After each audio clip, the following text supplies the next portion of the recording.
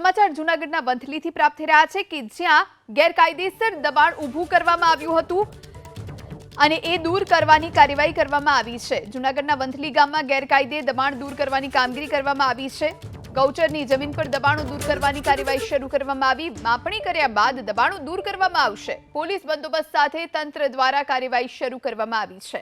વહીવટી તંત્રની કાર્યવાહીથી દબાણકારોમાં ફફડાટ ફેલાયો છે। 35 જેટલા દબાણકારોને નોટિસ આપ્યા બાદ કાર્યવાહી હાથ ધરવામાં આવશે।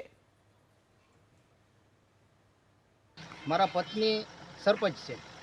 આજે આપણે ગૌચર માટે માપણી કરાવવા માટે તંત્ર હાજર છે, પોલીસ હાજર છે અને ગ્રામજનો હાજર છે, ગામના આગેવાનો પણ હાજર છે અને આ ગૌચરની માપણી કરી અને મુક્ત કરાવવાનું છે। કેટલા ઈસમો ગૌચર વારેલું છે, શું છે? ઓછામાં ઓછા 20 થી 25 વર્ષનો આ કબજો છે, જે કબજાદારો છે એની પાસે।